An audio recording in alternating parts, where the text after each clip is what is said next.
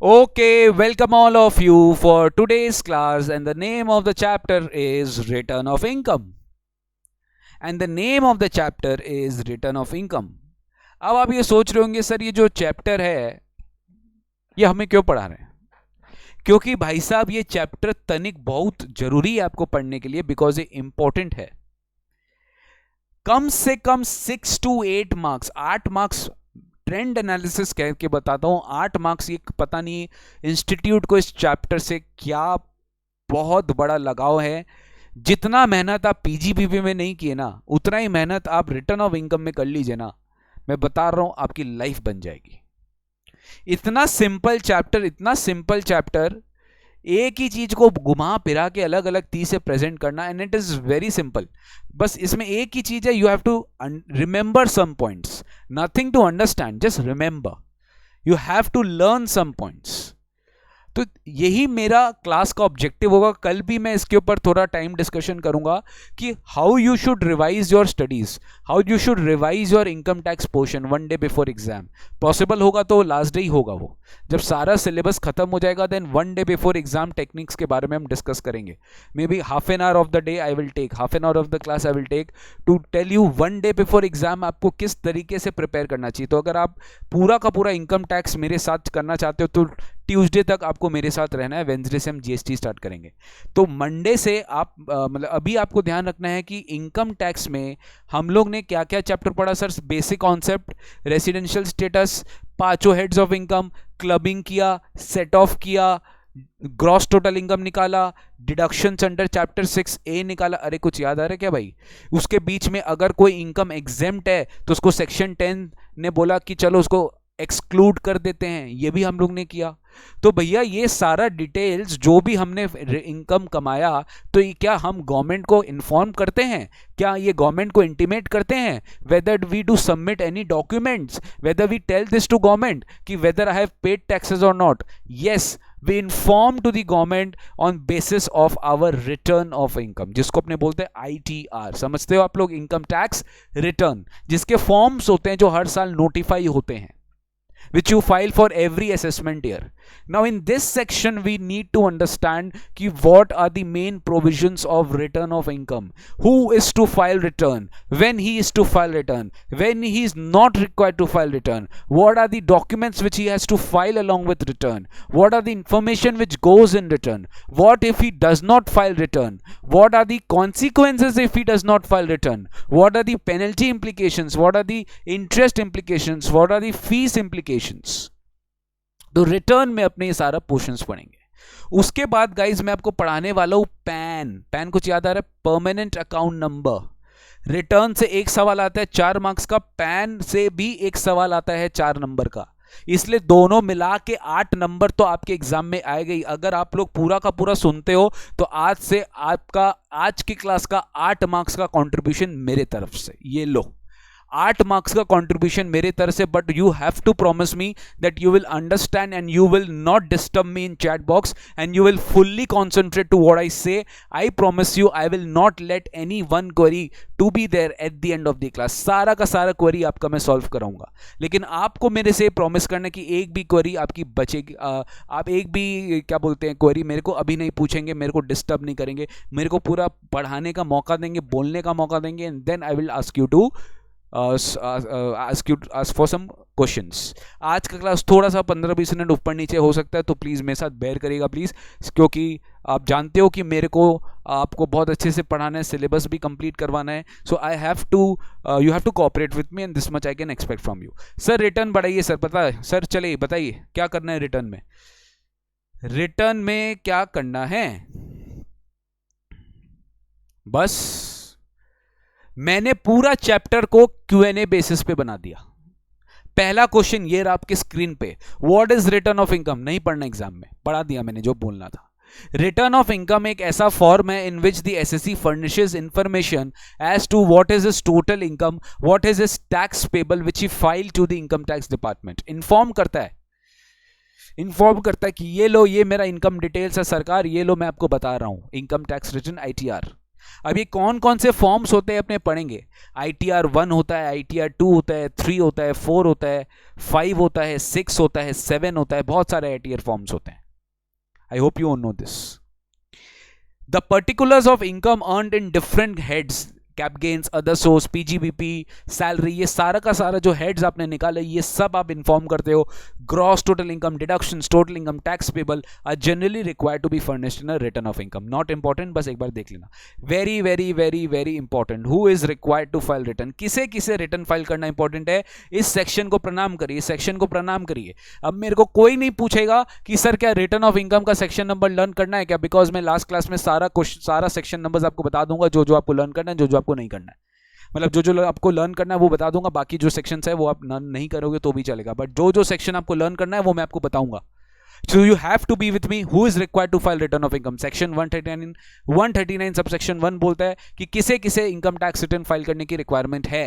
तो 139(1) में गिर गए तो रिटर्न ऑफ इनकम फाइल करना आपको पड़ेगा। अब अपने स्टार्ट करते हैं कि सर किसे किसे इनकम टैक्स रिटर्न फाइल करनी जरूरी है। सबसे पहले कंपनी और फर्म्स को हमेशा करनी जरूरी है। रिपीट, कंपनी और फर्म को हमेशा करनी जरूरी है, चाहे वो पार्टनरशिप फर्म हो, चाहे वो LLP हो, चाहे वो इंडियन कंपनी हो, चाहे वो डोमेस्टिक कंपनी हो, चाहे वो फॉरेन कंपनी हो, इंडिया में बिजनेस कर रहा है, उसको हमेशा इनकम टैक्स रिटर्न फाइल करना जरूरी है। सर उसका इनकम ही नहीं है, नील रिटर्न फाइल कर दो। सर उसका लॉस है, रिटर्न फाइल कर दो। अरे इनकम टैक्स रिटर्न कोई जरूरी नहीं है इनकम पे ही आप रिटर्न फाइल करते हो। अगर आपको याद है, कल हम लोग ने सेट ऑफ लॉस में सेक्शन 80 पढ़ा था, वहां पे हम लोग ने पढ़ा था कि अगर आपको कैरी फॉरवर्ड करना है loss, so you have to file return of income on और before the due date. Do you remember this और नॉट?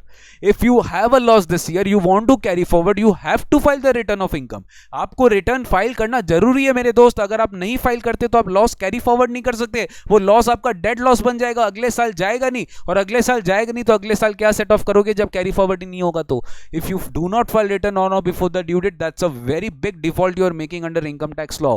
सो सबसे पहले जानो किसको रिटर्न फाइल करना जरूरी है। कंपनी फर्म्स को हमेशा फाइल करना जरूरी है, कंपल्सरी फाइल करना जरूरी है, ठीक है, उसमें कोई डाउट नहीं है। For every previous year on और बिफोर द ड्यू डेट। ये ड्यू डेट क्या है थोड़ी देर में पढ़ेंगे। फर्म में LLP भी आ जाते हैं, ध्यान रखिएगा। कंपनी फॉर फर्म के लिए कंपलसरी है, बात बाकी सब के लिए कब कंपलसरी है मेरे दोस्त, इतना दिमाग तो आप भी लगा सकते हो ना। सर उसका अगर बेसिक एग्जेम्पशन लिमिट कितना होता है, बेसिक एग्जेम्पशन लिमिट अगर कुछ पता है तो, अरे सर ये भी दे दिया मैंने आपको टेबल में, 2.5 लाख, 3 लाख, 5 लाख। 2.5 लाख इनके लिए नॉर्मल सारे एसएससीज के लिए 2.5 लाख का बेसिक एग्जेम्पशन लिमिट मिलता है। तब तक if you are earning income up to 2.5 lakh, no tax liability. अगर आपका 2.5 लाख तक इनकम है तो why government will ask you to pay, I mean file return. क्यों फाइल करने बोलेगी आपको रिटर्न? नहीं फाइल करना आपको रिटर्न। और अगर आप सीनियर सिटीजन हो, एज 60 ईयर्स और मोर है, रेसिडेंट इन इंडिया हो, I repeat resident in India हो, तो रेसिडेंट के लिए लिमिट क्या हो जाएगा? 3 लाख। और सुपर सीनियर सिटीजन हो, 80 ईयर्स और मोर हो, रेसिडेंट इन इंडिया हो, तो आपके लिए लिमिट क्या हो जाएगी? 5 लाख। सो 2.5 लाख से हो जाएगी 3 लाख या फिर 5 लाख, एज द केस में बी। Did you understand? तो सर कंपनी फर्म्स के लिए तो हमेशा करना पड़ेगा, लेकिन कुछ कुछ केसेस में अगर बाकी लोग हैं तो उनका आप टोटल इनकम देखेंगे without giving effect to chapter 6 से प्रोविजन। मतलब सर इन शॉर्ट बोलिए ना, GTI आपको क्या देखना है? GTI, ग्रॉस टोटल इनकम देखना है। आप डिडक्शन से नहीं देखोगे। मतलब अगर आपको 5 लाख अगर आपने GTI कमाया, ठीक है, आपका पास 5 लाख GTI है, और मान लीजिए आपका 3 लाख डिडक्शन है, आपका 2 लाख क्या हो गया? Taxable income. 3 लाख आपका डिडक्शन है और आपका 2 लाख क्या हो गया? Taxable income.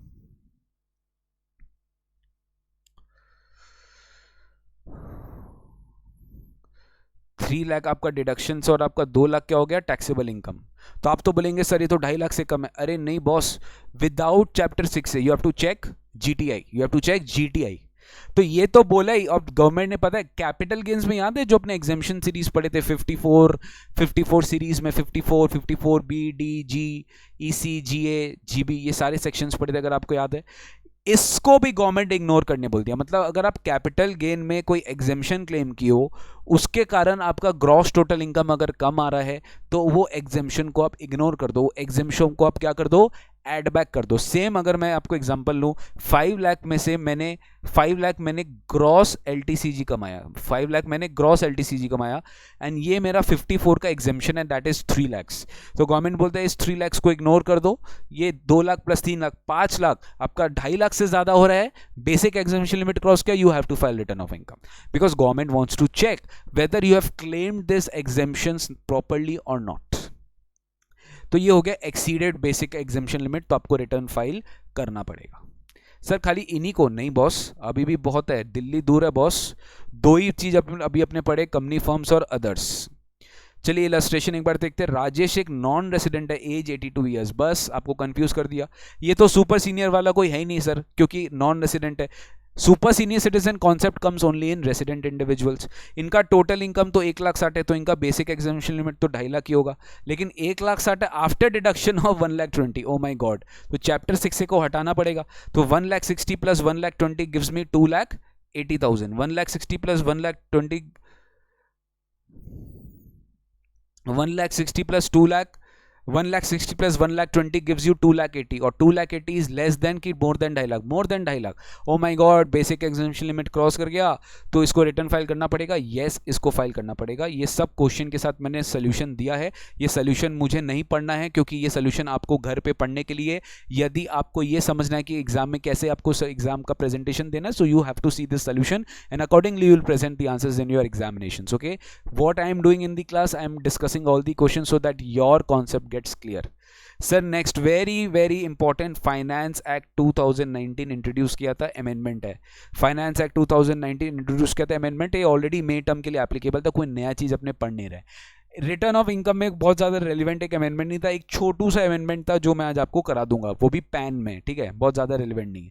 Whether any other person other than company and firms, अब बात ये हो रही है कि मान लीजिए कंपनी फर्म्स को छोड़ के क्या कोई भी लोग को इनकम टैक्स रिटर्न फाइल करना जरूरी है? हाँ, अगर उनका बेसिक एग्जेम्पशन लिमिट क्रॉस नहीं कर रहा है तो, I mean basic exemption limit cross कर रहा है, they are not company firms, they have to file return. Sir even in their basic exemption limit is also not crossing, I repeat, they are not company and firms, they are other persons, their basic exemption limit is not crossing, even then can they be asked to file return? Yes, यही finance act 19 बोला था कि whether any other person other than company and firms compulsory required to file income tax return in spite of their income does not exceed basic exemption limit, उनका income basic exemption limit से ज्यादा cross नहीं करा तो भी उनको return file करना जरूरी है। yes, under following circumstances persons other than company and firms requires to file income tax return, and ये 4 ट्रांजैक्शन है जिसमें से एक अभी गवर्नमेंट ने नोटिफाई नहीं किया, वो नोटिफाई करेंगे जब उनको मन करेगा। 3 ट्रांजैक्शन है, वेरी इंपॉर्टेंट, आपको एग्जाम में याद रखना है। सबसे पहला, आपका डिपॉजिट अगर करंट अकाउंट में एक बैंक में, आई रिपीट, एक बैंक में, वन बैंकिंग कंपनी, मतलब एक बैंक में अगर आपका एग्रीगेट डिपॉजिट या बैलेंस आपका जो है वन और मोर करंट अकाउंट, अगर वन और मोर करंट अकाउंट, एक करंट अकाउंट या 2 या 3 या 4, एक बैंक कंपनी में अगर आपका 1 करोड़ से ज्यादा का बैलेंस है, you have deposited more in one or more current account, I repeat current account maintained with the bank or a cooperative, if exceeded 1 crore you have to file return। Government देखना चाहती है ये इतना रुपया आया कहाँ से आपके पास, आप बोल रहे हो आपका बेसिक एग्जेम्पशन लिमिट नहीं है, आप बताइए कितना आया, रिटर्न फाइल करिए, show me your ITR, show me your balance sheet, show me your P&L, show me your computation, show me why your income is less than 2.5 lakh, I want to see. Next, if you are incurring foreign travelling expenses, Switzerland जा रहे हो, Mauritius जा रहे हो, बाहर घूमने के लिए जा रहे हो, बहुत शौक है आपको घूमने का, घुमा दो आपको जिंदगी भर, ये आपको चाहिए बस। तो इन दिस केस अगर आप फॉरेन ट्रैवलिंग एक्सपेंसेस कर रहे हो, you are travelling to foreign country outside India, मैंने नहीं बोला कि नैनीताल जाके चला गया, या मैंने नहीं बोला गुजरात जाके चला गया, मैंने नहीं बोला कि कहीं लोकल जाके चला गया, मैं आपको बोला फॉरेन ट्रैवलिंग एक्सपेंस। अगर आप इंडिया के बाहर जा रहे हो, फॉरेन ट्रैवलिंग कर रहे हो और 2 लाख से ज्यादा खर्चा कर रहे हो अपने लिए या किसी और के लिए, 2 लाख से ज्यादा, आपको रिटर्न फाइल करना जरूरी है। सरकार देखना चाहती है फॉरेन घूमने के लिए पैसा है, हमें टैक्स देने के लिए पैसा नहीं है, चलो लाओ ITR लाओ, मजा आ रहा है ना ये concept. So this is how you need to understand this chapter. लाओ ITR लाओ, 2 लाख से ज्यादा का फॉरेन ट्रैवलिंग एक्सपेंस है, ITR फाइल करना पड़ेगा। इलेक्ट्रिसिटी, बिजली इतनी कहाँ कंज्यूम होती है, कितनी AC लगाते हो, कितनी बिजली, कहाँ से लाइट आता है आपके पास, इतना खर्चा करने के लिए पैसा भी तो चाहिए। लाख रुपए का इलेक्ट्रिसिटी बिल आ रहा है और आप रिटर्न फाइल नहीं कर रहे हो, तो बिजली के बिल से सरकार निकाल लेती है, भैया तेरा ITR बता। तो 1 लाख से ज़्यादा अगर आप इलेक्ट्रिसिटी एक्सपेंस कर रहे हो तो आपको रिटर्न फाइल करना जरूरी है। और अदर कंडीशंस, अदर ट्रांजैक्शंस में भी they might notify in future. तो ये 3 आपको फिलहाल अभी ध्यान रखना है। क्या कोई और लोगों को रिटर्न फाइल करना जरूरी? यहां पे भी इंपॉर्टेंट है। यहां इंपॉर्टेंट मैं आपको शॉर्ट में बता देता हूं। यदि आप एक ROR हो, I repeat, if you are ROR याद है कुछ? सर मैंने RNOR नहीं बोला, बिकॉज RNOR के लिए प्रोविजन एप्लीकेबल नहीं। I am saying resident, ordinarily resident in India. If I am a ROR, my global income is taxable? Yes. I am not filing return because my basic exemption limit is less, because my income is less than basic exemption limit. Fine, no problem. But I have some foreign assets. मेरे पास कोई foreign assets की holding है, मतलब foreign company में मेरा कोई asset है। मान लो मेरी शेयर है foreign कंपनी में। मान लो मेरे पास कोई प्रॉपर्टी है इंडिया के बाहर। मान लो मैं कोई बैंक अकाउंट इंडिया के बाहर हूं, उसका मेरा एक साइनिंग अथॉरिटी है। I have a signing authority of a bank located outside India. If I have a signing authority of a bank located outside India, then मेरा क्या माना जाएगा गाइस? अगर मेरा साइनिंग अथॉरिटी है इंडिया के बाहर बैंक का, तो मुझे रिटर्न फाइल करना जरूरी है। मेरा कोई फॉरेन एसेट इंडिया के बाहर में, मुझे रिटर्न फाइल करना जरूरी है। मेरा कोई बेनिफिशियरी इंटरेस्ट है, बेनिफिशियल ओनरशिप इंटरेस्ट है किसी भी राइट्स में outside India, I have to file return of income. But this is only applicable for a ROR. This is not applicable for RNOR. If a ROR, yes, if a resident and ordinary resident in India who is not required to furnish ROI normal circumstances में वो नहीं करता, लेकिन उसको करना पड़ जाएगा if such person at any time holds any asset outside India or as a signing authority in any account outside India or beneficiary of any asset outside India. ध्यान से समझिएगा, लीगल ओनर बाहर वाला ही है क्योंकि इंडिया के बाहर asset है, पर उसका ओनरशिप राइट्स आपके पास है, बेनिफिशियल ओनरशिप। तो उस एसेट के बेनिफिशियरी अगर आप होगा, यहां पे ध्यान रखना, अगर मैं वहां पे उस एसेट का बेनिफिशियरी मैं हूं, तो वो इनकम जो है, रिपीट, तो मुझे रिटर्न फाइल करना जरूरी है। ये इंपॉर्टेंट गाइडलाइंस गवर्नमेंट ने दिया है सेक्शन 139 में, सेक्शन 139(1) में। साइनिंग अथॉरिटी मतलब साइन करने का पावर। बैंक अकाउंट में जो चेक साइन होता है, अब जैसे मान लीजिए मेरा जो बैंक अकाउंट है, मेरा जो बैंक से चेक इशू होगा उस पर तो मैं ही साइन करूंगा ना। तो मेरा कोई साइनिंग, जैसे कंपनी के चेक्स में डायरेक्टर साइन करते हैं क्योंकि उनके पास साइनिंग अथॉरिटी है। तो अगर मेरे पास एज सच कोई साइनिंग अथॉरिटी है, so I have to file return of income. Okay, देख लेना, नोट्स में भी यही बात लिखी है। Asset includes any financial interest in any entity located outside India. कोई भी आपका इन्वेस्टमेंट है इंडिया के बाहर, एसेट है वो। बेनिफिशियल ओनर क्या है, ये अपने ऑलरेडी पढ़ चुके हैं। जिसका, जो individual who has provided directly और indirectly consideration for the asset, अगर मैंने उसके लिए कुछ पे किया है फॉर इमीडिएट और future benefit, I am the beneficial owner. ठीक है, या मुझे कोई ड्राइव, मुझे बेनिफिट मिल रहा है from the asset during the previous year and वो consideration has been provided by any person other than such beneficiary. मैंने नहीं दिया बट मेरे कोई दूसरे पर्सन ने उसका कंसिडरेशन दिया, तो I will be held as beneficiary. ठीक है, ओके सर। आइए इलस्ट्रेशन देखते हैं, बड़ा सिंपल है। पारस एजेड 55 ईयर्स है, इंडिया का रेसिडेंट है। During the financial 1920 interest of 2,88,000 was credited to non resident external. कुछ याद आ रहा है सर? यहाँ पे सेक्शन 10 इनकम बोलता था, ये एग्जेम्प्ट है provided it is fulfilling all the conditions provided by bank under FEMA act. FEMA act का अगर कंडीशंस फुलफिल कर रहा है तो नॉन रेसिडेंट एक्सटर्नल अकाउंट का जो इनकम है, इंटरेस्ट इनकम है, वो एग्जेम्प्ट हो जाता है सेक्शन 10 के हिसाब से। 30,000 आपका इंटरेस्ट ऑन एफडी है विथ एसबीआई, ये तो आपका अदर सोर्सेज में टैक्सेबल हो जाएगा। 30,000 being interest on FD with SBI was credited to his savings bank during this period. He also earned 3,000 as interest on savings. ये भी आईफोर्स में चला जाएगा, ध्यान दीजिएगा, ये भी आईफोर्स में चला गया 30,000 और 3,000 भी आईफोर्स में चला गया। क्या पारस को रिटर्न फाइल करना जरूरी है? फर्स्ट ऑफ ऑल, अगर हम ये अज्यूम कर रहे हैं कि फेमा एक्ट के अंदर ये कवर्ड है और इसका इंटरेस्ट इनकम एग्जेम्प्ट है, तो ये एग्जेम्प्ट हो गया, तो 30 + 3 कितना हो गया? 33,000। रिपीट, 33,000। ठीक है, 33,000 हो गया। और डिडक्शन मिलेगा क्या इसको? 33,000 तो अदर्स आईफोस हो गया, आईफोस हो गया ना, तो आईफोस ही क्या हो गया, जीटीआई हो गया। 33,000 में मेरे को interest on saving bank account, I repeat, interest on saving bank account 80 TTA, कुछ याद आ रहा है, 80 टीटीए में interest on savings bank account का मुझे डिडक्शन मिल जाता था 3000, मुझे डिडक्शन मिल जाता था 3000। So I am earning income, total income मेरा कितना है 30,000, मेरा टोटल इनकम कितना है 30,000। ध्यान से सुनना, अगर मेरा टोटल इनकम 30,000 है, अब मुझे ये चेक करना है कि मुझे क्या रिटर्न फाइल करना है पारस को, without giving effect to chapter 6 से मेरी इनकम है 33,000 which is less than 2.5 lakh, तो मुझे रिटर्न फाइल करने की कोई भी रिक्वायरमेंट नहीं है। लेकिन अगर मैं मान लूं कि नहीं, ये 2,88,000 जो इनकम है ये फेमा के हिसाब से अप्रूव नहीं है, तो this will be taxable, this will be taxable. So 2,88,000, I repeat 2,88,000, आप फर्दर ऐड कर दो इसमें भाई, 2,88,000 प्लस 30,000 प्लस 3,000, ठीक है, 3,21,000, कितना हो गया 3,20,000, आई रिपीट 3,21,000, तो 3,21,000 मेरा टोटल हो गया, 3,21,000। अब 3,21,000 क्योंकि मेरे को चैप्टर 6 से इग्नोर करना है, and if I am ignoring chapter 6 से, even then it is exceeding basic exemption limit, so in that case मुझे रिटर्न फाइल करना जरूरी हो जाएगा, अगर मैं एज्यूम करता हूं कि non resident and external account FEMA act के हिसाब से मेंटेन नहीं है। What will be your answer if he has incurred 3 lakhs as traveling expenditure? Oh my god, answer gets changed. Because in this case compulsory is required to file because his traveling expenditure exceeds rupees 2 lakhs.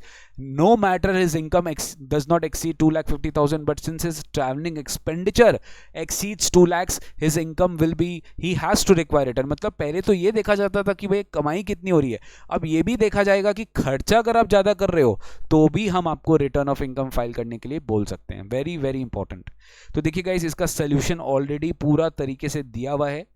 30,000, 3,000, 33,000 आपने add किया, first case में आपने माना कि वो exempt है, less deduction दे दिया 30,000, क्योंकि वो उसका 2.5 लाख से कम है, उसको इनकम टैक्स में इनकम रिटर्न फाइल करना जरूरी नहीं है।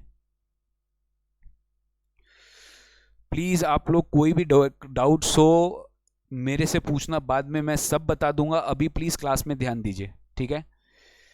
If he has incurred 3 lakhs on foreign travel, he has to mandatorily file his return. तो ये अपना खत्म हुआ कि किसे रिटर्न फाइल करना जरूरी है, ये अपने पढ़ चुके बहुत अच्छे से, हमें समझ में आ गया।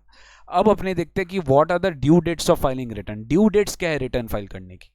रिटर्न फाइल करने की गाइज मैंने आपको बोला बहुत इंपॉर्टेंट है, ये बहुत इंपॉर्टेंट है because many provisions are linked to this. अगर आपको याद होगा पीजीबीपी में 43 भी अगर अपने याद है आपको 43 भी में अपने पढ़े थे, पेमेंट बेसिस पे डिडक्शन वाला होता है, ड्यू डेट ऑफ रिटर्न के पहले जमा कर देगा तो रिटर्न में आप क्लेम कर सकते हो डिडक्शन। 40 आईए याद है, टीडीएस काट के जमा कर दिया पेमेंट पे, तो अगर आपने टीडीएस ड्यू डेट के पहले भी जमा कर दिया तो भी आपको डिसअलाउंस नहीं होगा। सो ड्यू डेट बहुत रेलिवेंट है, एग्जाम में काफी बार they will not give you upfront, you have to determine whether what is the due date. फिर हमने टैक्स ऑडिट पढ़े थे, याद है 44AB, 44AB भी हम लोग ने पढ़ा था कि टैक्स ऑडिट कराने की ड्यू डेट वही होती है जो रिटर्न की ड्यू डेट होती है, याद रखना। Tax audit report due date is equal to return of income due date. I repeat, tax audit due date is equal to income tax return की due date. ठीक है, ये दोनों की ड्यू डेट एक ही होती है। जब टैक्स ऑडिट फाइल होता है रिपोर्ट, उसी के बाद you file your return of income report, because in your return of income you need to disclose the details of the tax audit report which you have filed under income tax act और any other law which you are required to be filed. Due dates आते हैं, there are basically 5 cases. Company याद रखना, company के लिए due date हमेशा 30 सितंबर होगा, हमेशा मतलब always. Companies due date is always 30 September of assessment year.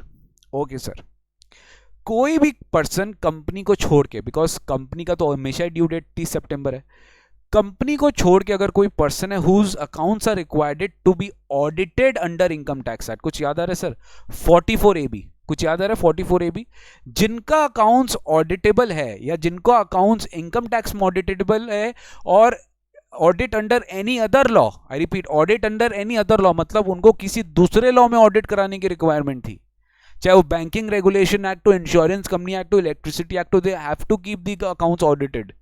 So in this case their due date will also be 30th September because they have to get their audit done। यानी sir जो लोग का turnover 1 crore से ज्यादा है, 44A भी याद करो। पीजीबीपी में प्रोफेशन 50 लाख से ज्यादा है, उनका याद करो, उनको टैक्स ऑडिट करानी पड़ेगी, उनकी ड्यू डेट हमेशा क्या होगी, 30 सितंबर। जिनके हाथ में याद है 44AD subsection 4 presumptive taxation scheme applicable हो जाता है, उनके लिए भी ड्यू डेट आगे हो जाएगा।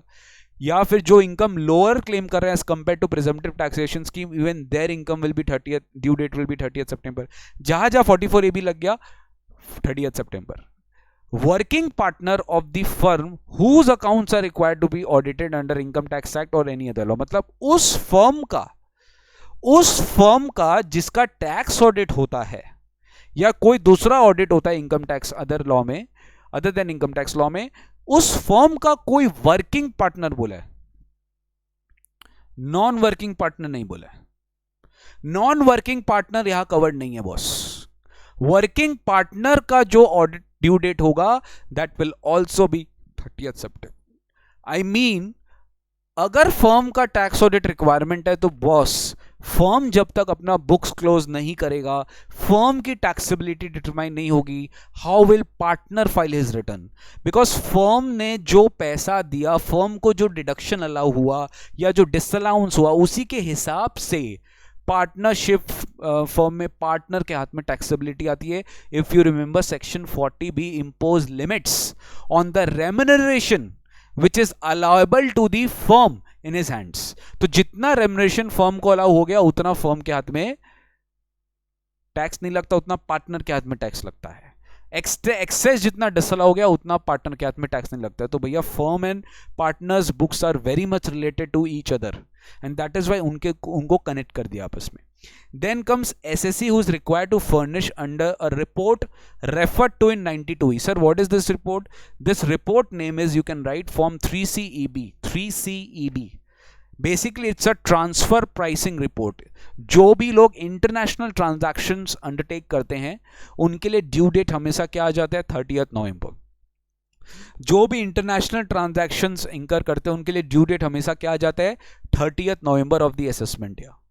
बाद बाकी एसएससीज के लिए ड्यू डेट क्या है, 31 जुलाई। Any other assessee due date will be 31 जुलाई। यानी sir either you will be 30 September.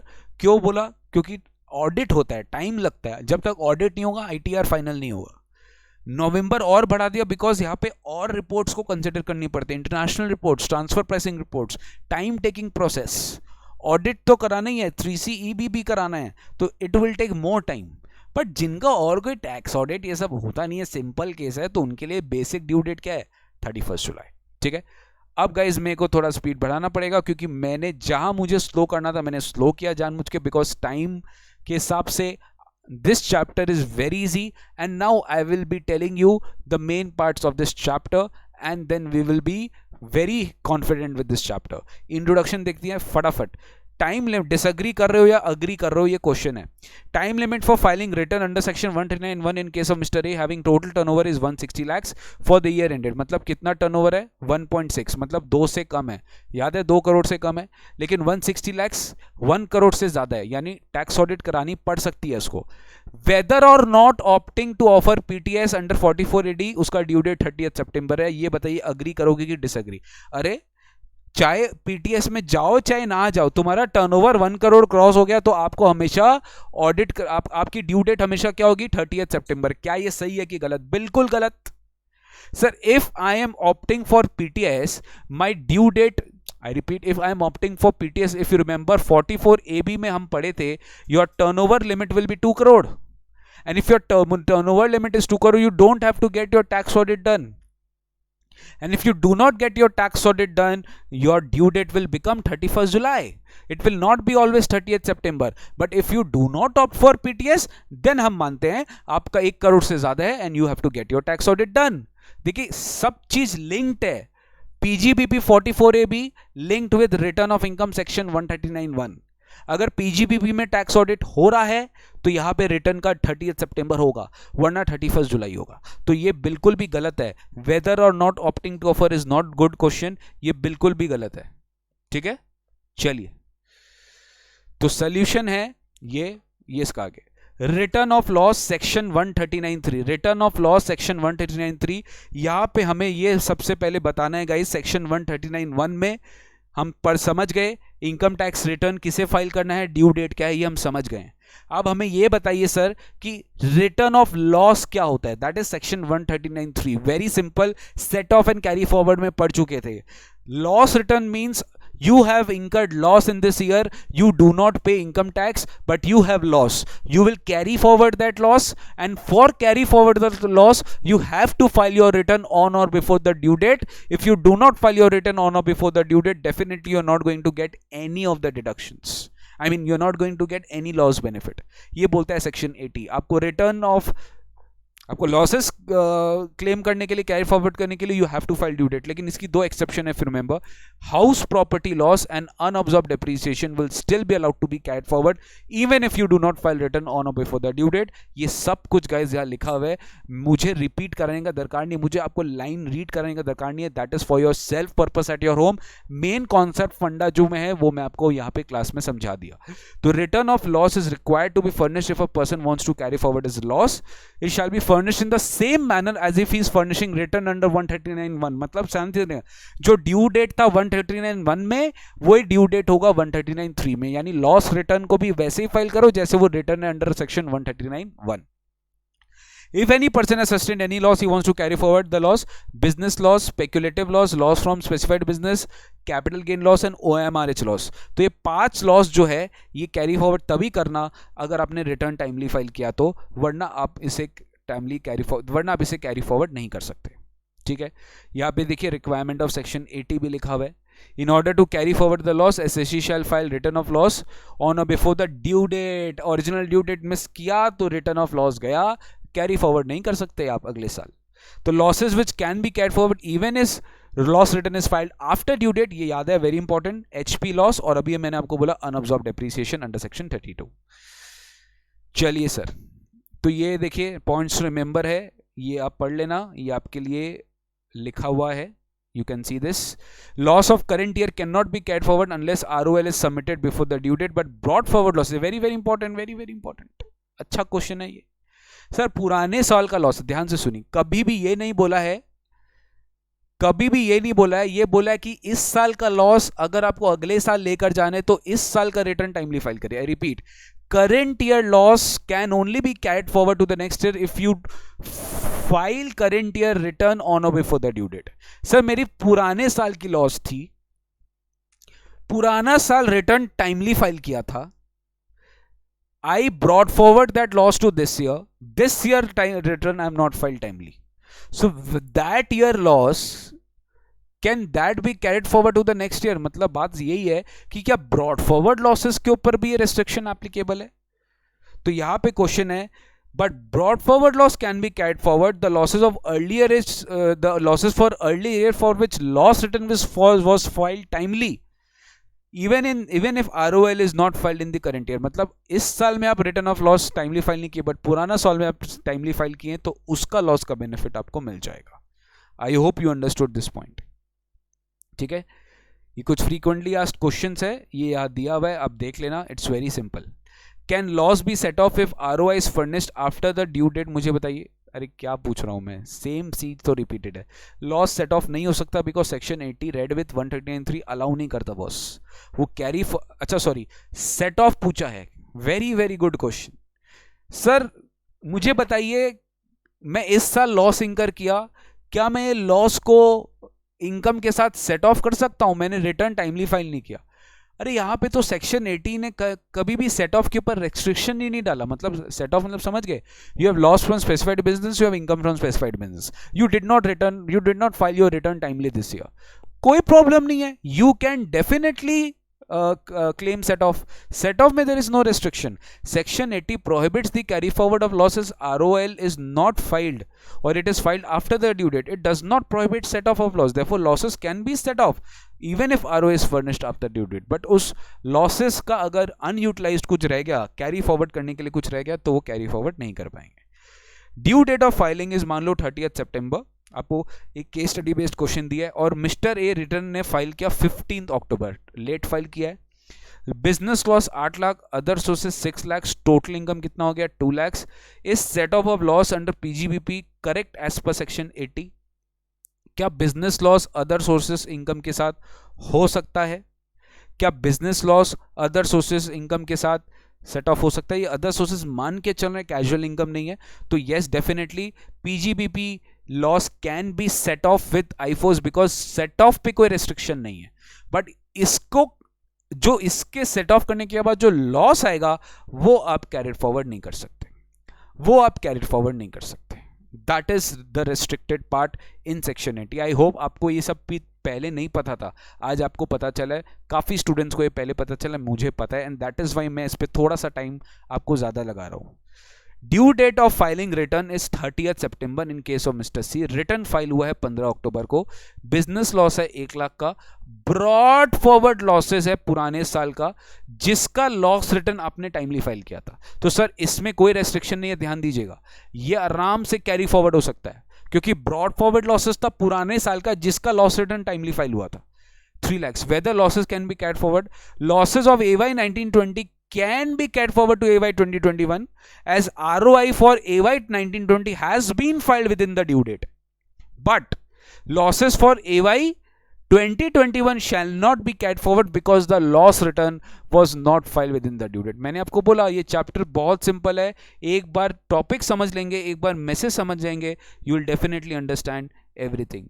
Rohit Daniel please ask your doubts towards the end of the class, ठीक है? अभी let me complete the chapter, very very important guys. मैं आपको सच बताऊं, अगर institute कुछ क्वेश्चन पूछा है सबसे ज़्यादा इस पर्टिकुलर चैप्टर से, तो वो यही पोर्शन है, यही पोर्शन है बिलेटेड रिटर्न। मतलब फेवरेट क्वेश्चन है इंस्टीट्यूट का। सर बिलेटेड मतलब बहुत सिंपल है, क्या क्या पढ़ लिया अभी तक? 139(1) पढ़ लिया, 139(3) पढ़ लिया। 1 क्या था? ओरिजिनल रिटर्न, टाइम लिमिट में फाइल करो, ड्यू डेट में फाइल करो। 139(3) था loss return, read with section 80। अब अपने पढ़ रहे हैं 139(4). Very very important, section numbers learn करना है, इसलिए एक्स्ट्रा से जा रहा है। 139(4) talks about what? 139(4) talks about अगर आप रिटर्न फाइल करना भूल गए, you did not file before the due date, तो कॉन्सिक्वेंस नंबर 1 क्या होगा? ये तो आपको पता ही है, लॉस कैरी फॉरवर्ड नहीं मिलेगा। पेनल्टी इंटरेस्ट लायबल है, वो तो अलग बात है, बट क्या आप रिटर्न फाइल कर ही नहीं सकते क्या? उसके बाद क्या आपसे मिस्टेक नहीं हो सकती? So I forgot to file return और I could not file return because of my health issues, कोई भी reasons beyond control, you could not file your return timely. I repeat, timely. So there's a concept of belated return. I repeat, there's a concept of belated return. मतलब जो return आप late कर दिए file करने में, belated, but सारे returns belated नहीं हो सकते, सारे रिटर्न्स बिलेटेड नहीं हो सकते। तो बिलेटेड रिटर्न का कॉन्सेप्ट आता है सेक्शन 139(4) में, which tells that if any person has not furnished the return within the time limit under 139(1), मतलब 31st जुलाई, 30th सितंबर या 30th नवंबर, इन तीनों में से कोई भी डेट में अगर वो फाइल नहीं कर पाया, वो फिर भी फाइल कर सकता है। करो, लेकिन इंटरेस्ट पेनल्टी हम सब लेंगे तुमसे, और कैरी फॉरवर्ड का बेनिफिट मिलेगा नहीं, वो अलग अगर लॉस है तो। बट करो, कोई दिक्कत नहीं है, करो। बट कब तक कर सकते हैं? The end of the assessment year, मतलब सिंपल फंडा, प्रीवियस ईयर का बाद आता है अगले साल असेसमेंट ईयर। मान लीजिए if I am talking about previous year 1920, if I am talking about previous year 1920, तो प्रीवियस ईयर 1920 के बाद आपका अगले साल आता है 31 जुलाई 20, ठीक है? 1920 हुआ, साल खत्म हुआ 31 मार्च, अप्रैल, मई, जून, जुलाई, 4 मंथ्स आपको मिलेगा 31 जुलाई के लिए। तो 31 मार्च जुलाई 20 हो गया, या 30 सितंबर 20 हो गया, या 30 नवंबर 20 हो गया। ओके, आप फाइल नहीं किए तो दिसंबर, जनवरी, फरवरी, मार्च, आपको 4 महीना और देते हैं। Maximum 31 March 21, I repeat, maximum 31 March 21 आप फाइल कर दो, वरना आपको हम रिटर्न ही फाइल नहीं करने देंगे। मतलब sir end of relevant assessment समझ गए? AY 2021, I repeat, AY 2021, previous year 1920, assessment year 2021, तो इसका साल का एंड कब हुआ? 21 में एंड हुआ, 31 March 21 is the last date to file your return of your assessment year 2020। मतलब बेसिकली 2 साल का गैप हो गया, 1920 2021, 1920 2021। I hope you understood. और before the completion of assessment whichever is earlier. 144 क्यों बोला? बेस्ट जजमेंट असेसमेंट बोलते हैं इसको 144, बिकॉज अगर आप रिटर्न फाइल नहीं कर रहे हो तो गवर्नमेंट क्या करती है, ऑफिसर के पास पावर आता है, they can assume anything and they can do the best of their judgment assessment and then they will pass the order complete। देखिए यहाँ वर्ड क्या यूज किया, complete the assessment। complete मतलब देखिए assessment मतलब क्या हुआ, that they will assess what is your income, then they will pass the order, they will issue you a notice of demand and then you have to pay। But यहाँ पे बात क्या हुआ है, assessment complete होते ही आप return file नहीं कर सकते, बट कंप्लीशन के पहले आप चाहे तो आप रिटर्न फाइल कर सकते हो। विच एवर इज अर्लियर बोला सर, जनरली ये होता नहीं है, बट थियोरिटिकली इसमें प्रोविजन है कि if AO wants to issue you, if AO wants to start the assessment, he may do so before 31 March 20। जैसे एग्जांपल आप अपने आएंगे थोड़ी देर में, 1 जनवरी 21 को your assessment is about to complete. अरे आप बोलेंगे 31 मार्च अभी भी आया नहीं है, whichever is earlier बोला है आपको 1 जनवरी 21 you have to file your return before 1 जनवरी 21 completion of assessment। ठीक है, एग्जाम्पल देखिए, last date for filing return for previous year 1920, ये चेंज कर लेना, this is AY 2021 is 30th September 2020, but a belated return may be filed at any time on or before 31st March 21 before the AY 2021 or before the assessment is completed, whichever is earlier। What do you mean by completion of assessment? It means the date of passing assessment and order and not the date of service of order। मतलब मैंने आपको बोला एक दिन क्या होता है, order pass होता है, यानी आज मैंने पास किया ऑर्डर, एओ ने पास किया ऑर्डर, आपको 4 दिन बाद 5 दिन बाद ऑर्डर सर्विस हुआ, मतलब रिसीव हुआ, तो यहां बात की जाएगी पासिंग डेट, जिस दिन आपने ऑर्डर पास हुआ उस दिन आपका असेसमेंट कंप्लीट हुआ। And ROI submitted after the assessment is completed but before the notice of demand is served would be invalid. मतलब समझ गए, आपका ऑर्डर पास हो गया है, असेसमेंट कंप्लीट हो गया है, बिफोर एंड बिटवीन एंड आपको नोट ऑर्डर सर्व नहीं हुआ, उसके बीच में अगर आपने रिटर्न फाइल कर दिया है, that will not be valid, that return will be invalid because it says before the completion of assessment. And assessment complete means not the demand order which you are getting और not the service of the order you are getting, the receipt date नहीं count होगा, count होगा तो पास date count होगा, तो पास date के पहले आपको रिटर्न फाइल करना जरूरी है belated, otherwise you can not file. ठीक है, so this is all about belated return। it cannot be filed in accordance with section 199 मतलब obviously you know 139(3 तो लॉस रिटर्न है, लॉस कैरी फॉरवर्ड नहीं होगा, बिलेटेड रिटर्न फाइल नहीं कर सकते, and thus loss cannot be covered। however the SSC may seek remedy by making an application to CBDT।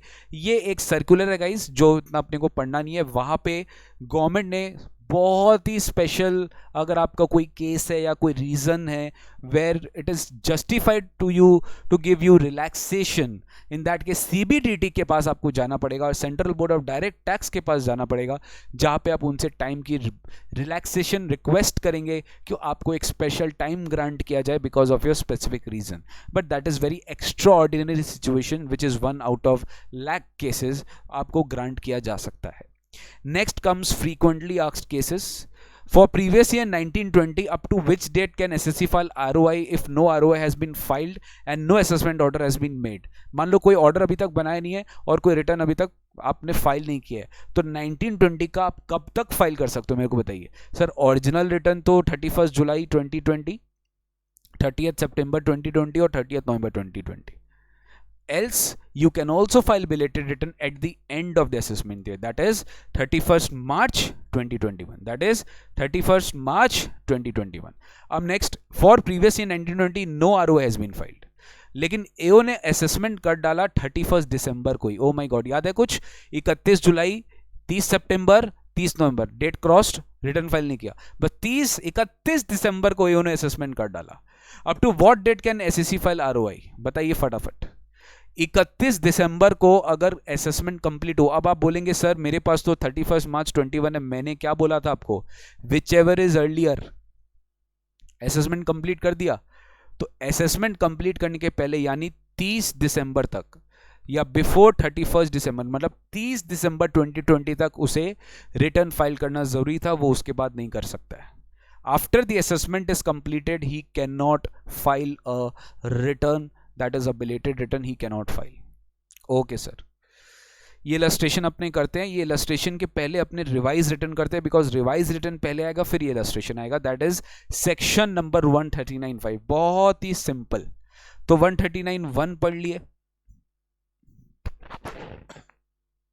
Excuse me, 139.3 पढ़ लिए loss return, 139.4 पढ़ लिए belated return. Now we are studying 139.5 that is revised return. अरे गलती किससे नहीं होगी यार? I have done mistake in my return sir. By mistake my accountant ने एक जीरो एक्स्ट्रा लगा दिया. सोचिए इनकम में एक जीरो एक्स्ट्रा लगा दिया तो कितना बड़ा चेंज हो सकता है. 10 लाख बन गया 100 lakh. Oh my god, it's just a typographical error. You file return when you have to type the figures, but when you file the return उसके बाद जब आप चेक किए, अरे आप बोले अरे यार 10 लाख बन गया 100 लाख. अब तो इनकम टैक्स ऑफिसर छोड़ेगा नहीं मेरे को.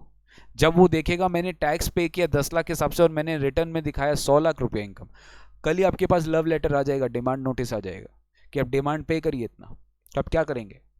Obviously you will change the return. अब चेंज आप एओ को फोन करके नहीं बोलेंगे एओ मेरे से गलती हो गया प्लीज चेंज कर दो, या फिर एक लेटर फाइल नहीं करोगे. इसके लिए लेटर नहीं, लेटर टाइप करके पोस्ट नहीं करोगे, ईमेल नहीं करोगे. There is a concept of revised return. AO बोलता है कि भैया जब तक तुम्हारे पास टाइम है, as per the law, whatever changes you want to do in return you can do. Whatever omission you have made you can rectify that. Whatever wrong information you have given you can give that. You can rectify the basic, rectify कर सकते हैं आप. उसे हम कहते हैं revised return. क्या बोलते हैं? रिवाइज. सर क्या रिवाइज रिटर्न फाइल करने का कोई लिमिट है? एक बार, 2 बार, 3 बार, जितना बार मिस्टेक्स करना करो, बार बार रिवाइज कर सकते हैं, लेकिन वो टाइम के बाद नहीं कर सकते. There's a time limit, and the best part is revised return time limit is same as belated return time limit. मतलब क्या? Same. End of assessment year or completion of assessment whichever is earlier. Same. That is 31st March 21. आपका previous year 1920 exam के assessment year 2021 last date will be 31st March 21. कुछ नहीं करना. It can revise any time prior to that. Now my question is, जो institute आपसे बार बार पूछता है कि सर मैं 31st जुलाई वाला मिस कर दिया due date, my due date was 31st July, fine, I miss the due date. पहले एक सिंपल केस लेते हैं. मैं 31 जुलाई को रिटर्न फाइल किया, 31 जुलाई को रिटर्न फाइल किया, 1 दिसंबर को I got to know that oh my god I forgot to claim a deduction. मैं डिडक्शन क्लेम करना भूल गया, तो मैं वापस से अपने सीए को बोला या सीएमए को बोला या सीएस को बोला कि please file my, please see this mistake I have done, please file a revised return. तो मैं अगेन 1 दिसंबर को क्या रिटर्न रिवाइज कर सकता हूं? बिल्कुल कर सकता हूं, क्योंकि मेरे पास अभी भी टाइम कब तक का है? 31st March 21. I repeat, because assessment year अभी भी खत्म नहीं हुआ है. End of assessment year तक you can revise your return, assuming the fact that assessment has not been completed. Assessment, तो assessment year end तक आप revise कर सकते हो. केस 1 तो ये हो गया. केस 2 क्या होगा? Sir, you did not file return at all on 31st July. I repeat, you filed late. I repeat, 1st October को आपने रिटर्न फाइल किया. तो सबसे पहले मैंने क्या बोला? लेट. तो your return is what? Belated, because you did not file return on or before the due date, but you filed before the due date under section 139(4). repeat, before the due date under section 139(4) आपने file कर दिया, मतलब belated return का time limit के अंदर तो file कर ही दिया. नाउ क्या ये 1 अक्टूबर को, 1 अक्टूबर को the return which you filed, can you revise it on 1 December? The answer is yes. मतलब लेट से रिटर्न भरा हुआ हो चाहे जल्दी भरा हुआ हो, both can be revised, but the time limit is same. So the net point is, if any person who has furnished a return in 191 or 139(4) दोनों के लिए कवर किया है, discovers any omission and or any wrong statement, he may file a revised return at any time before expiry of 1 year from the 1 year को काट दीजिए please, एक छोटा सा रेक्टिफिकेशन है. 1 year नहीं होगा, एंड ऑफ असेसमेंट ईयर होगा, before the end of relevant assessment year, before the expiry or before the end of relevant assessment year or before completion of assessment, whichever is earlier. Okay, so guys, I hope this is clear. अब चलिए अपने एक बार illustration देखते हैं.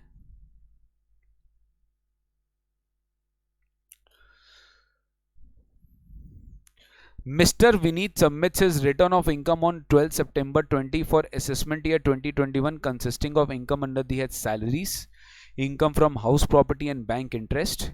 On 21st January 21, he realized that he had not claimed deduction under ATTTA. उसको पता चला कि उसने deduction claim नहीं किया ये section में. Oh my God, 21 जनवरी को उसने return कब submit किया? 12 सितंबर. Okay.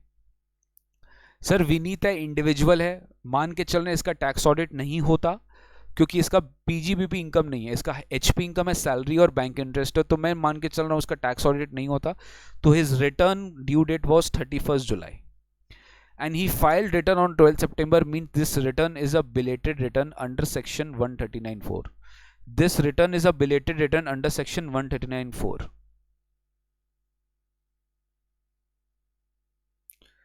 This return is a belated return under section 139(4). So in this case 21st जनवरी को उसको रियलाइज हुआ कि उसको 80 TTA क्लेम करना था. He wants to revise, can he do so? मुझे बताइए क्या वो कर सकता है. First of all, ask yourself whether belated return can be revised. The answer is yes. Whether this time limit is there to file the belated return, the answer is yes. दोनों का answer yes है तो yes कर सकता है क्योंकि 31st मार्च 21 तक वो रिवाइज कर सकता है, कोई दिक्कत नहीं है. 31st मार्च 21 तक वो रिवाइज करता है, कोई दिक्कत नहीं है. Would your answer be different if he discovered his omission on 21st/4/21? Yes, the answer is different because the due date was 31st March. He cannot revise after 31st March, so revised return cannot be filed. Very simple. तो belated return revise हो सकता था, ये इसमें बहुत important point था जो हम लोग ने सीखा. ठीक है, पहला पार्ट होगा रिवाइज हो सकता है because it is within the time limit, that is on और before 31st March 21, and the last is on और बिफोर 31st March नहीं है, so it cannot be revised. Okay sir, so बस इसमें ज़्यादा और कुछ है नहीं. इसमें कुछ और मैं प्रोविजन आपको समझा देता हूँ कि ओरिजिनल रिटर्न को वंस वी रिवाइज, ऑब्वियसली जब आप ओरिजिनल को रिवाइज ही कर दिए तो original will no hold good in law. मतलब ओरिजिनल रिटर्न का कोई वैल्यू नहीं है, जो है रिवाइज रिटर्न का वैल्यू है. आई होप यू अंडरस्टूड. अगर आपका ओरिजिनल रिटर्न लॉस रिटर्न था, आपने टाइमली फाइल किया, तो उसे रिवाइज कर सकते हो क्या? बिल्कुल कर सकते हो. क्या इस पे लॉस कैरी फॉरवर्ड का कोई प्रॉब्लम आएगा? No, it will not be carry forward because loss return is deemed to be filed under section 139(1). and 139(1) का रिटर्न यू कैन कैरी, 191 का return you can revise under section 139(5). देखिए section numbers मुंह पे जवानी learn होनी चाहिए. 191, 194, 195, 193. तो 139(1) की रिटर्न को आप रिवाइज कर सकते हो under section 139(5) before the end of the assessment year or completion of assessment whichever is earlier. तो यहां पे मैं आपको क्या बोल रहा हूं कि अगर ओरिजिनल लॉस रिटर्न रिवाइज कर रहे हो 195 में, then revise return of loss will substitute the original return of loss from the date the original return of income is filed, and such revise shall be deemed to be filed within the time allowed under 139(1) and the loss claim can be carried forward. लेकिन अगर original return ही timely file नहीं हुआ तब तो sir वो belated हो गया ना, तो बात खत्म. जैसे belated return हुआ तब तो loss carry forward होगा ही नहीं, अपने को पता है. बट आप वो belated को रिवाइज कर सकते हो under 139(5) if it is subject to the time limit. So everything is very simple. क्या बिलेटेड रिटर्न रिवाइज हो सकता है? बिल्कुल हो सकता है. इवन क्या ना रिवाइज रिटर्न भी रिवाइज्ड. मैंने आपको बोला रेक्टिफिकेशन में कोई लिमिट नहीं है. आज आपने एक रिटर्न रिवाइज किया, कल फिर कर दो, परसों फिर कर दो, बट डेफिनेटली हम इतना जल्दी ऐसे नहीं करते बिकॉज एओ अननेसेसरली फिर कोई क्वेश्चन या इश्यूज अराइज कर सकता है प्रैक्टिकल लाइफ में. तो आप बहुत सोच समझ के रिटर्न फाइल करते हो. मैक्सिमम 1 या 2 बार रिविजन होता है, होने को 5 बार भी हो सकता है depending on case to case, but law में कोई प्रॉब्लम नहीं है. You can revise an number of times जब तक ईयर खत्म नहीं हो जाता, end of assessment year or before completion of assessment. चलिए कुछ क्वेश्चन है. Mister X filed return on 31 July, मतलब ड्यू डेट में कर लिया है, ठीक है. He later filed a revise return on 15 December, कोई प्रॉब्लम नहीं है. जिसमें लॉस डिक्लेयर हुआ है, वेरी गुड क्वेश्चन, जिसमें लॉस डिक्लेयर हुआ है, क्या ये रिवाइज रिटर्न फाइल कर सकता है? क्या सबसे पहले बताइए. यस, बिल्कुल कर सकता है. Can the loss be allowed to be carried forward? Yes बिल्कुल, क्योंकि ये जो रिवाइज रिटर्न है, this stepped into the shoes of original return which was filed on 31 July. इसने क्या किया? यही तो बेनिफिट है. देखिए, हमेशा रिकमेंडेड है प्रैक्टिकल लाइफ में, इट इज ऑलवेज रिकमेंडेड, और अपने क्लाइंट्स को भी रिकमेंड करेगा कि रिटर्न एक बार टाइमली फाइल कर दीजिए प्लीज. उसके बाद लॉ आपको अलाउ करता है रिवाइज करने का. अगर आपका कोई भी प्रॉब्लम है, you can file a revise return, कोई इश्यू नहीं है. You can take, but timely file करना जरूरी है, बिकॉज 139(1) अगर कंप्लाई नहीं हुआ ना, तो it will be very difficult for you. Penalty आ सकता है. मैं आपको पढ़ाऊंगा, एक सेक्शन है 234F, बहुत बड़ा सेक्शन है 234F, which is fees for delay in furnishing return, जो 5,000 तक लगेगा if your return is filed before 31 December, and 10,000 तक लगेगा अदर केसेस में, एंड मैक्सिमम 1,000 लगेगा if your total income is less then 5 lakhs, if your total income does not exceed 5 lakh. तो 5,000, 10,000 fix है, fix. 5,000 अगर 31 दिसंबर तक पहले फाइल कर दिया, तो मतलब 31 दिसंबर ऑफ असेसमेंट ईयर, उसके बाद फाइल करता है तो 10,000 लग रहा है, और 5 लाख से ज्यादा का इनकम नहीं है तो 1,000 से ज्यादा फीस नहीं है. तो ये फीस देनी पड़ेगी आपको अगर आप रिटर्न डिले फाइल करते हैं तो. बट रिवाइज रिटर्न के लिए कोई फीस नहीं है. Fees is only for 139(1). तो revise return substitutes original return. Since original return was filed within the due date, it shall be return of revise return of loss shall be deemed to have been filed within the due date, and this loss shall be allowed to be carried forward. Original return था 1920 का, submit हुआ 15 जून को, time limit. Return was processed. Sir what is processing of return 143(1)? याद है, CPC Bengaluru, centralize processing centre Bengaluru में जाके, वो सॉफ्टवेयर है, वो कंप्यूटर सिस्टम है जहाँ पे जो भी ऑल ओवर इंडिया में टैक्स पेयर्स का रिटर्न जाता है, वहाँ पे जाता है, एक जगह इकट्ठा होता है. उसको सॉफ्टवेयर क्या करता है? ऑटोमेटेड प्रोसेस से उसको चर्न करता है, फिल्टर आउट करता है, एरर्स को रेक्टिफाई करता है, और उसके बाद आपको एक इंटीमेशन मिलता है under section 143(1) if there is any defect in the return of income filed by you, or if any typographical mistakes or any arithmetical inaccuracy of the data furnished by you in the return, then आपको intimation मिलता है. कब? और यहाँ पे intimation कब मिला? 5 अगस्त को. वो भी एक तरह का असेसमेंट है जो हुआ 5 अगस्त को. X wishes to file revised return. Up to what time can he do so? So normally देखिए, रिटर्न प्रोसेस हुआ 5 अगस्त को, ध्यान दीजिएगा. तो रिटर्न प्रोसेस हो गया 5 अगस्त को. He can file a revised return. Processing of return is not treated as assessment for this purpose. ध्यान से सुनना, इसमें प्रोसेसिंग को हम return process, I mean assessment is completed वाला जो है वो हम नहीं मानेंगे, क्योंकि ये 143(1) है. रिवाइज रिटर्न आप फाइल कर सकते हो at any time before the end of 2021. I hope you understood, because generally इस केसेस में आपको बेस्ट जजमेंट असेसमेंट करना पड़ता है सेक्शन 144 के अंदर में. What if regular assessment is completed on 31 अगस्त?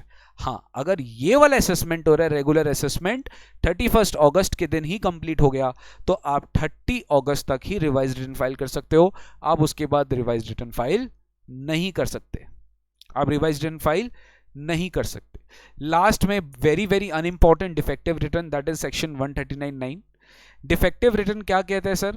अगर आपके रिटर्न में कोई डिफेक्ट्स है, जैसे कि सर आज के डेट में ये बहुत ज़्यादा क्या बोलते हैं ना, इतना प्रेवलेंट है ये defective return, because if you miss any information in your return, means if you, मान लो आप अपना P&L बैलेंस शीट फाइल नहीं किए, मतलब देयर इज अ प्रोविजन और there is a figures sheet in Excel sheet which you, जो आपको return में फाइल करना पड़ता है, वो एक्सेल में P&L बैलेंस शीट की भी फिगर्स रहती है, आपने उसको प्रॉपर्ली डिस्क्लोज नहीं किया, ठीक है, तो प्रॉफिट लॉस बैलेंस शीट आपने फिल नहीं किया, तो आपके पास डिफेक्टिव रिटर्न की नोटिस आ जाएगी कि your return is having a defect, so you have to rectify the defect within 30 days, else this return will be deemed to be invalid.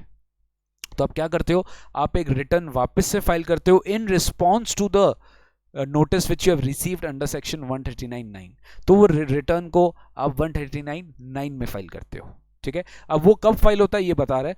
Return is set to be defective if the annexure statements and columns in the return of the income relating to the computation of income have not been duly filled in. आप उसको properly नहीं भरे तो आपका return definitely defective माना जाएगा. Where AO considers that return of the income filed is defective, he may intimate the defect and give an opportunity of being heard within and to rectify the defect within 15 days from the date of the intimation. AO has the discretion to extend the time beyond 15 days on application by the SEC. 15 दिन से बढ़ाया जा सकता है. अगर defect rectify नहीं हुआ 15 days में और further extended period as allowed by AO, then the return shall be treated to be invalid and it would be deemed that the SEC has failed to furnish the return. मान लिया जाएगा कि SEC ने कभी return भरा ही नहीं था. Where the SEC rectifies the defects after the expiry 15 days of the further extended period but before assessment is made, लेकिन असेसमेंट के पहले उसने कर दिया है, then AO may condone the delay, उसको माफी दे सकता है and may treat the return as valid. लेकिन सब कुछ एओ पे डिपेंड करता है, अगर वो चाहे तो ही होगा वरना नहीं होगा. तो यहाँ पे जनरल क्वेश्चन बनता है कि when is a return set to be defective. तो आपको वो कॉलम स्टेटमेंट्स एओ का 15 डेज का प्रोसेस सब बताना पड़ेगा. 4 to 5 मार्क्स का क्वेश्चन इसमें से आ सकता है.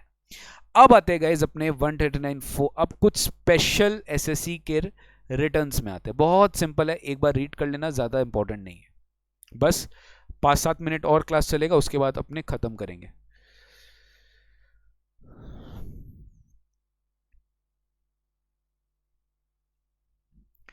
Mandatory filing of return for special people. कुछ कुछ केसेस में, कुछ कुछ स्पेशल सेक्शंस में गवर्नमेंट ने बोला है कि इनको तो भैया रिटर्न फाइल करना जरूरी है, because they are claiming some big big big exemptions which we need to scrutinize. देखिए, इनकम टैक्स रिटर्न जब तक आएगा नहीं, सरकार को नहीं मिलेगी, सरकार कैसे चेक करेगी कि आप प्रॉपरली एग्जेम्पशन क्लेम कर रहे हो और you are just fooling the government. तो section 139(4)A imposes the liability on charitable trust and institutions, those who are claiming exemption under section 11 and 12 to file their return of income.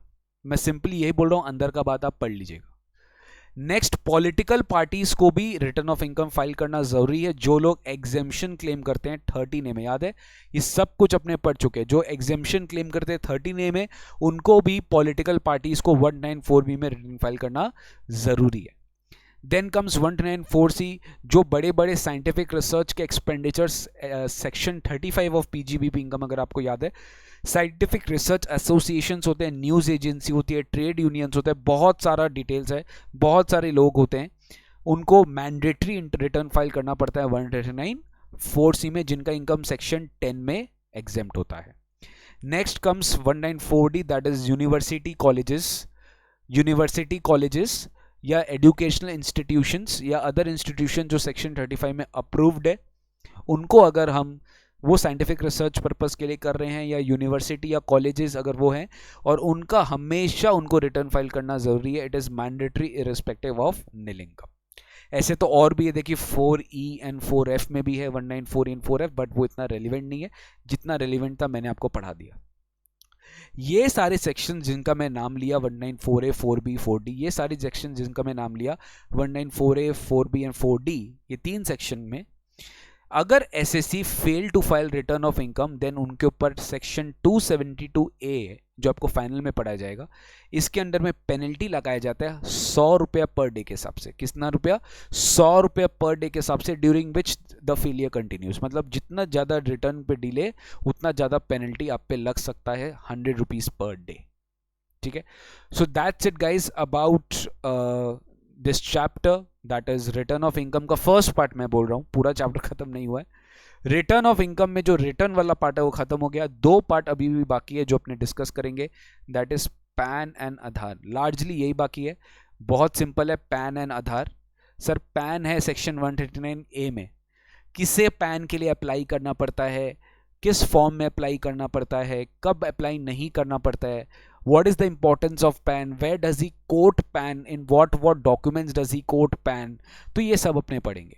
Similarly next एक section आएगा 139AA which talks about Aadhaar number. We all know Aadhaar.